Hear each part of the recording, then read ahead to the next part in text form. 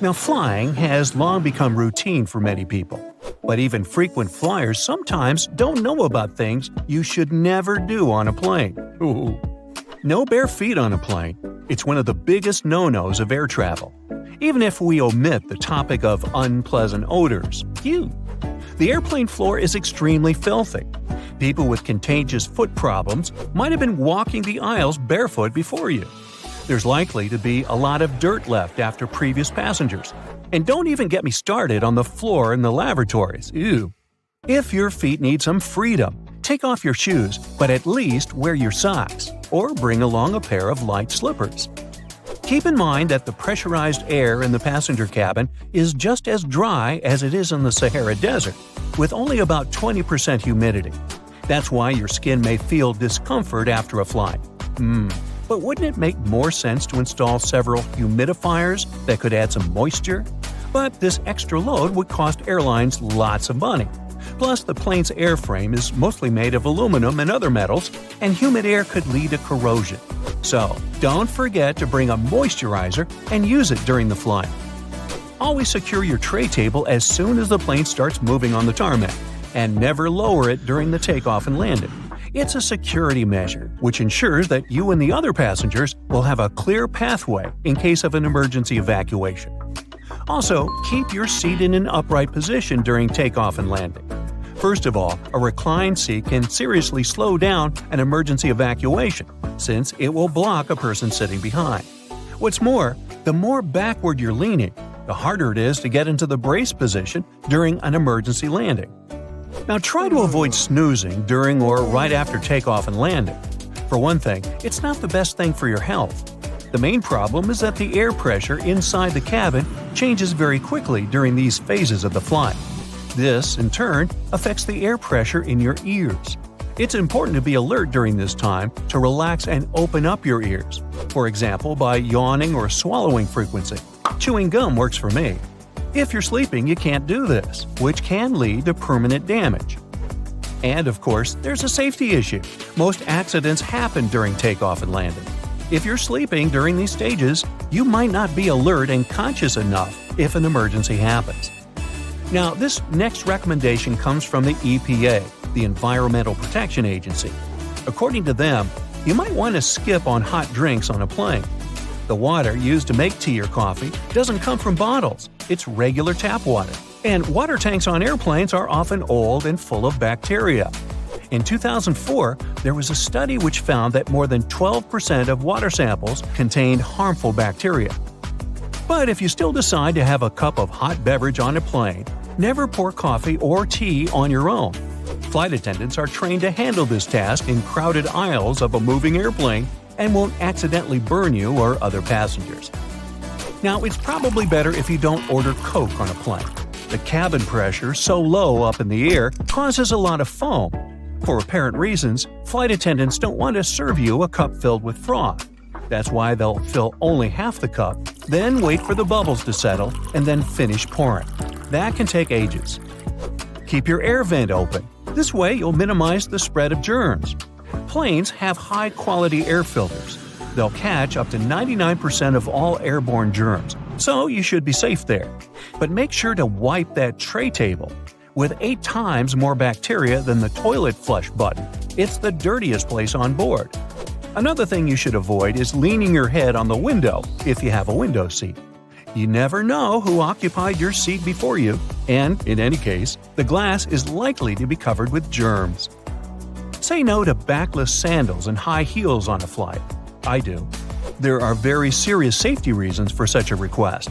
The first is that both these types of footwear make it very difficult to evacuate the aircraft fast. If you wear high heels, you will anyway have to leave them behind in case the crew is using emergency slides during an evacuation. The heels are very likely to damage the slide, so off they go. Now ask yourself, do you really fancy running away from the airplane barefoot? I'll answer that for you. Nope. Instead, wear sturdy shoes with a solid sole. In this case, you won't find yourself standing on the hot tarmac or in the weeds without any footwear at all. Don't stuff heavy objects into overhead compartments. Your things may not stay inside during severe turbulence. And while falling out, they will injure you and other passengers. Ow! That's why if it feels difficult to lift something into the overhead compartment, better put it under the seat in front of you or… It's your first trip to Egypt, and your new friends there invited you for lunch. The food seems a bit dull, so you decide to spice it up with salt and pepper. You don't see it on the table, so you ask the host for it, and you notice everyone's shocked. It turns out, it's a huge insult to the cook when someone wants to change the original taste of the food on their plate. The cook made it that way for a reason, and wanting to spice it up means showing that the dish wasn't good enough. You're used to doing it as a kind gesture around the world, but don't tip waiters, taxi drivers, or hotel workers in Japan. They can get offended because they already get paid for providing you with good service, and there's no need for extra money to make it any better. If you really want to show appreciation, just say thank you. It's okay to tip private guides, tour companies, and interpreters. You can put any amount that feels right to you in an envelope and hand it down to them. If you want to impress your new Japanese friends or colleagues, take some time to study chopstick etiquette. When you master the art of holding chopsticks, remember not to rub them together. People do it to remove splinters, so it might look like you're unhappy with the quality of the pair that your host provided you with. Don't put your chopsticks vertically in your bowl of rice. This way, it can be seen as an offering to the deceased. Don't wave chopsticks in the air or use them to point at things. Both are considered really rude. The same is with moving things with your chopsticks or the hand holding them. It looks disrespectful, plus you're likely to spill things. When in Italy, don't order a cappuccino after noon. The locals don't do it because they believe the milk and foam turn this drink into a meal, and it's not good for digestion. Also, be prepared to enjoy your coffee standing at the bar and pay for it before you even order it. First, you pay the cash register, then show the receipt to the server to get your drink. Are you a big fan of chewing gum? Well, you'll have an uneasy time in Singapore. Using, selling, and importing chewing gum is banned there, and you'd have to pay up to several thousands of dollars for doing it. This law was introduced in the 1990s to make the city cleaner and keep the local fast trains up to schedule. When they launched a new transit system, passengers stuck gum onto train door sensors, causing some serious delays.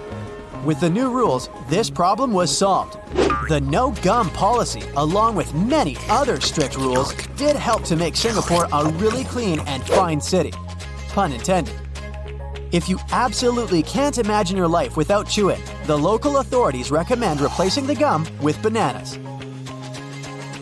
When someone asks you to pass them something, like salt at the table in Bolivia, don't give it directly to them. Hand it to the person sitting next to them, and they'll pass it for you. If the person next to you is asking for that little favor, you still can't hand it straight to them. The person next to you will have to help. This table etiquette comes from a superstition that handing something to someone directly into their hands brings bad luck.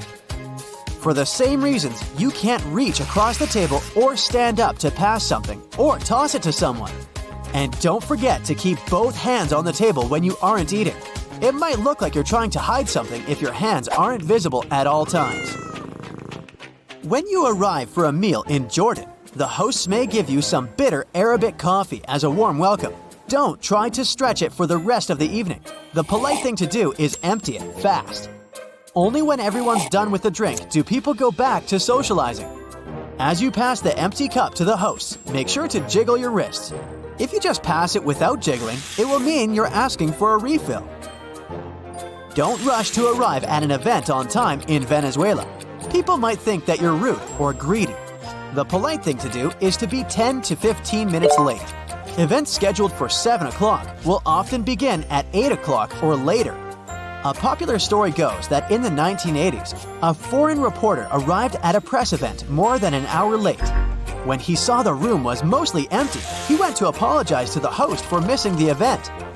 The host then told him he was the first reporter to arrive. It's quite interesting because the clocks in this country have officially been 0.9 seconds ahead of the rest of the world for years. Are you planning to travel by bus in Ireland anytime soon? Don't forget to thank the driver for the ride on your way out of the bus. You'll hear an overwhelming majority of locals do it loudly, as it's basically not optional. Choose the gift wisely if you've been invited to a home in Vietnam. It's okay to bring fruit, sweets, or incense. Handkerchiefs are believed to be a symbol of a sad farewell, and cutting tools are a sign of cutting relationships. So don't bring those. Wrap your gift in colorful paper and don't opt for black. The locals believe this color to be a bad omen. When you present the gift, hold it with both hands. And don't be surprised if the hosts don't open it right away. It's done after the giver has left. Don't leave anything on your plate in India. It's a sign of disrespect for the food you were served. Food is considered sacred in the country, so it would upset your hosts a lot. So, wash and dry your hands before starting the meal. Don't forget to praise the cook, and wait for the eldest to stand up before you leave the table. In South India, it's common to serve food on a banana leaf. You gotta fold it over from the top when you're done with the meal. Folding it from the bottom means you weren't satisfied with what you got. It might be a good conversation starter elsewhere, but don't brag about your achievements in Denmark. The locals believe that everyone is equal, so you won't hear them talk about their successful careers or talents or how special they are. And they expect the same from you. If you're looking for a good topic, they'll gladly talk to you about the greatness of their country. The Danes are really proud of it and all its wonders.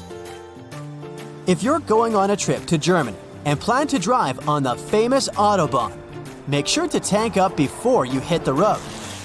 Stopping, parking, making U-turns, and backing up on this super speedy highway is illegal. Yes, even if you have to stop because you've run out of gas, you'll have to pay a fine since you were supposed to plan things better. And although the Autobahn technically doesn't have a speed limit, watch out if you're passing by urban areas like Frankfurt, Berlin, and Munich, or construction works and heavy traffic. There will be special speed instructions for these spots. In case you're planning to explore Cyprus by car, quench your thirst before you start the vehicle. Drinking anything, including water, isn't allowed while driving on the island. So if you can't resist snacking or drinking behind the wheel, prepare to pay a fine. In Ethiopia, you gotta think twice before choosing a gift for someone. They see it as a debt they'll have to repay in the future. So, if you bring something really expensive, the receiver will either have to spend a lot of money on a return gift or feel indebted to you.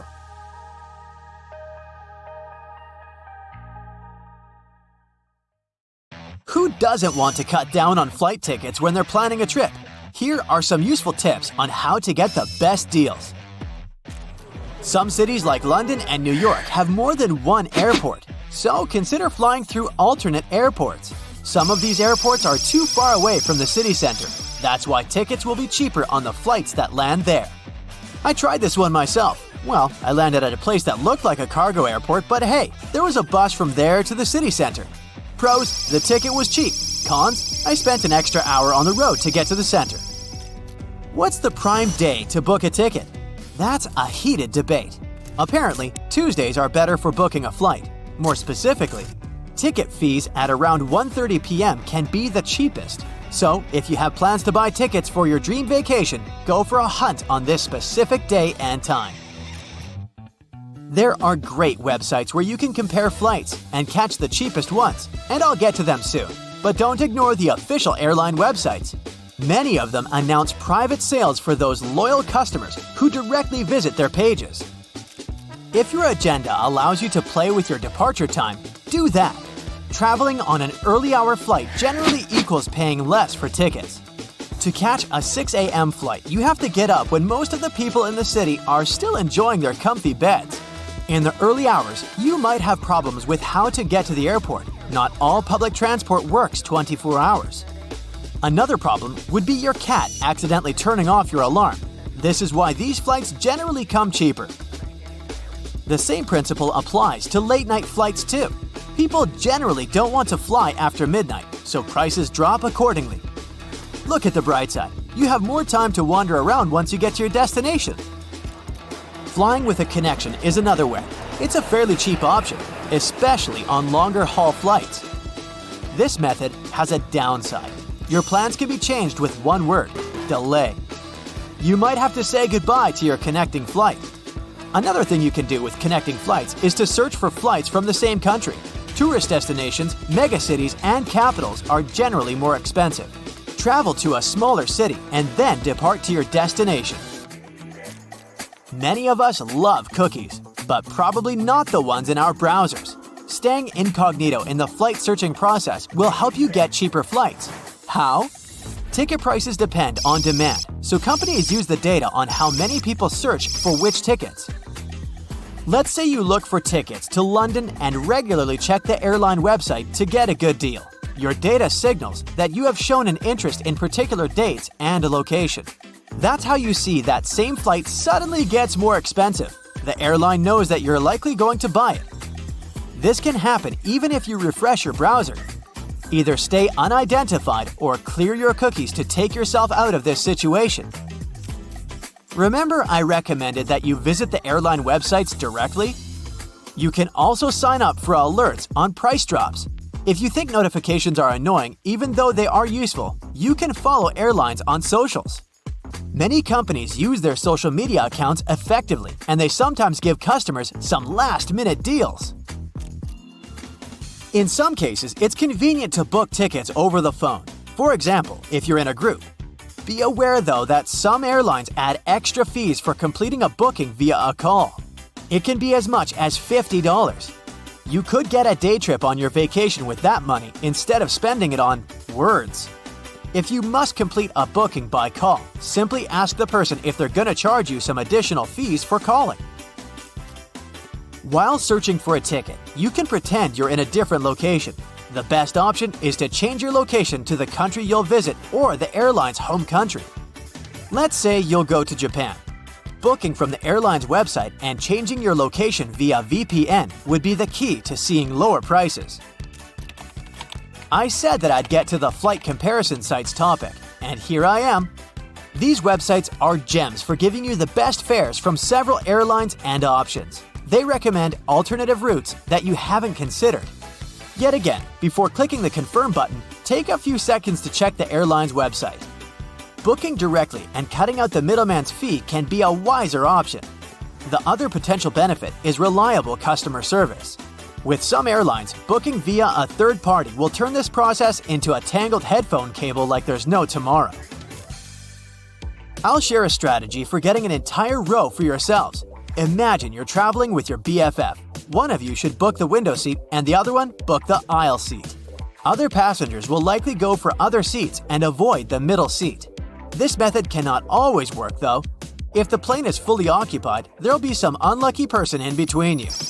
If someone books that middle seat, you can always offer them the aisle or window seat and continue to sit with your BFF. The second option is booking seats in the 13th row. Well, 13 doesn't have a good reputation as it is superstitiously considered unlucky. Chances are, no one else books a seat from this particular number.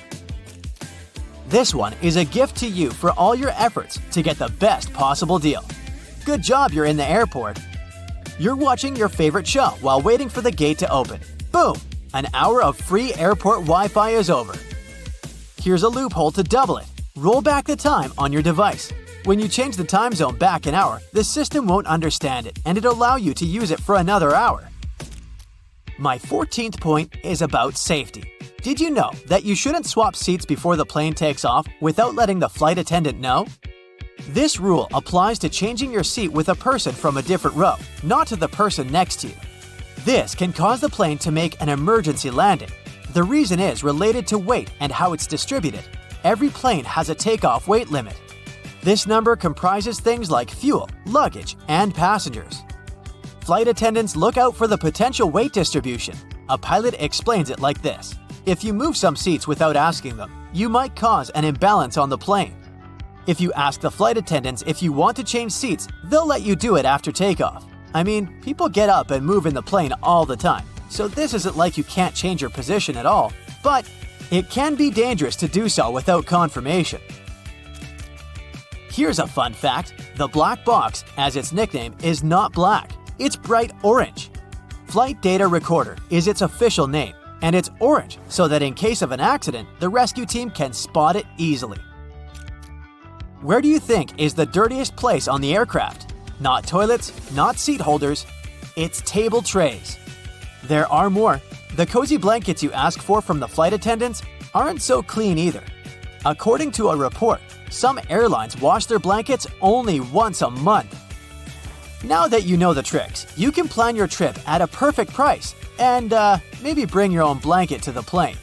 Sit back and enjoy the flight. Good things come to those who wait. That's it for today. So hey, if you pacified your curiosity, then give the video a like and share it with your friends. Or if you want more, just click on these videos and stay on the bright side.